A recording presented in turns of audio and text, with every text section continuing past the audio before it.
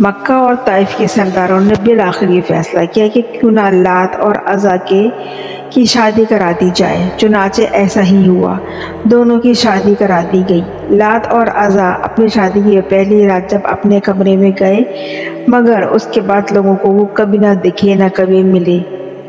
ان کے چاہنے والے یہ کہتے ہیں کہ لات اور عزا ہمیشہ ایک دوسرے کے لیے معتبر ہو گئے، اور جبکہ عزا کے چاہنے والے یہ کہتے ہیں کہ چونکہ عزا پاک اور پاک دامن تھی اور کسی مرد کی نگاہ کیا کسی کا غلط ہاتھ بھی اس کو نہیں لگا تھا، اس لیے اس کو اللہ تعالیٰ نے اس کی پاکیزگی کو بچا لیا۔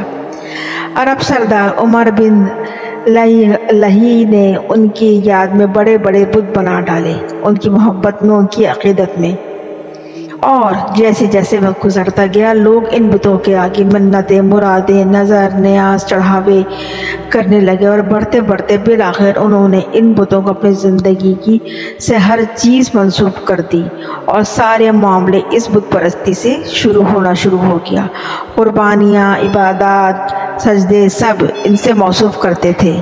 ابن اسحاق فرماتے ہیں کہ لات پر طائف میں غزیے کے بنو قفیف حق رکھتے تھے، اور اس سے حاصل ہونے والی تمام آمدنی انہی میں ہی آپس میں بٹتی تھی۔ عمر بن لہا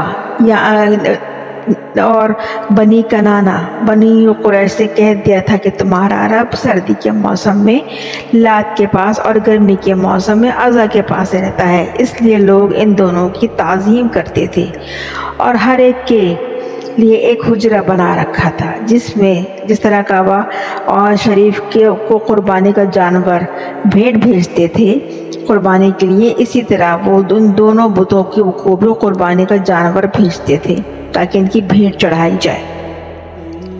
ان بتوں کے آگے ان کی بھیڑ چڑھائی جاتی۔ لات کو خدا کا بیٹا اور عزا کو خدا کی بیٹی نعوذ باللہ انہوں نے اپنے آپ سے منسوب کر لیا تھا، لیکن وہ یہ ضرور مانتے تھے کہ ایک خدا ہے، اور لیکن اپنے سوچ کو، اپنے عقیدوں کو تسکین دینے کے لیے اور اپنے آپ کو مطمئن کرنے کے لیے انہوں نے ان بیجا باتوں کو جنم دیا ہوا تھا۔ فتح مکہ کے بعد جب حضور پاک صلی اللہ علیہ وآلہ وسلم نے ان دونوں بتوں کو ختم کروا دیا تھا۔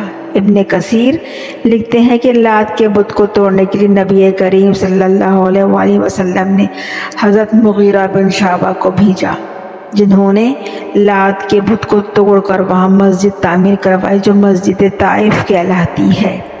اسی طرح عزا کے خاتمے کے لیے حضور پاک صلی اللہ علیہ وآلہ وسلم نے حضرت خالد بن ولید کو بھیجا۔ اس واقعے کو علامہ علوسی نے اپنی کتاب روح المعانی میں کچھ اس طرح یہ تحریر کیا ہے کہ جب حضرت ابن طفیل سے مروی ہے کہ جب رسول خدا صلی اللہ علیہ وآلہ وسلم نے فتح مکہ کیا تو آپ صلی اللہ علیہ وآلہ وسلم نے حضرت خالد بن ولید کو بطن نخلہ کی جانب روانہ کیا اور وہاں عزا نامی بت کو تباہ کرنے کا حکم دیا۔ حضرت خالد بن ولید وہاں اس بت کے پاس پہنچے اور تو وہاں کیکر کے درخت اور قریب قریب بہت جھاڑیاں تھیں۔ ان کیکر کے درخت اور درختوں کو وہاں سے کاٹ دیا اور وہاں کے بتوں کو وہاں جا کے رکھ دیا۔ عزا کے بت کے پاس تعظیماً حجرہ بنا رکھا تھا، لوگوں نے اس حجرے کو بھی توڑ دیا۔ پھر رسول پاک صلی اللہ علیہ وآلہ وسلم کے پاس گئے تو رسول پاک صلی اللہ علیہ وآلہ وسلم نے فرمایا کہ دوبارہ جاؤ، تم نے تو کچھ بھی نہیں کیا۔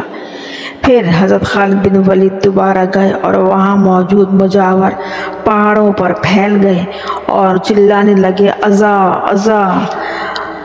یک حضرت خالد بن ولید کے سامنے ایک کالی بھجنگ برہنہ حالت میں بکھرے بالوں والے خاک آلود چہرے کے ساتھ ایک عورت برآمد ہوئی۔ پھر حضرت خالد بن ولید نے یک تلوار اٹھائی اور یک لخت اس کے ٹکڑے کر ڈالے۔ پھر اور اس کے بعد وہاں موجود مزید چھوٹے چھوٹے 60 بتوں کو بھی باطل کر دیا، تہس نہس کر دیا اور اس جگہ کو بتوں سے پاک کر ڈالا۔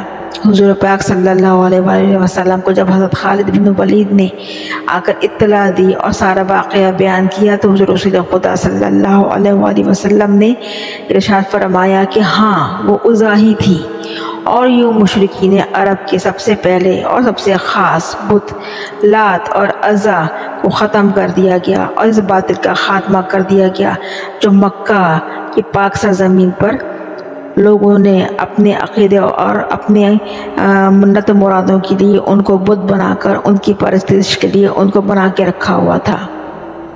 بے شک مکہ مدینہ کی سرزمین اللہ اور اس کے پیارے رسول کی سرزمین ہے، پھر وہ باطل پر کیوں قائم رہتی ہے؟ ہمیشہ حق ہی قائم رہتا ہے، اور اسلام دین حق ہے، دین برحق ہے، اور حق ہی ہمیشہ جیت ہوتی ہے۔ امید ہے آپ کو یہ ویڈیو پسند آئی ہوگی۔ اگر ویڈیو پسند آئے تو لائک ضرور کیجیے گا۔ شکریہ۔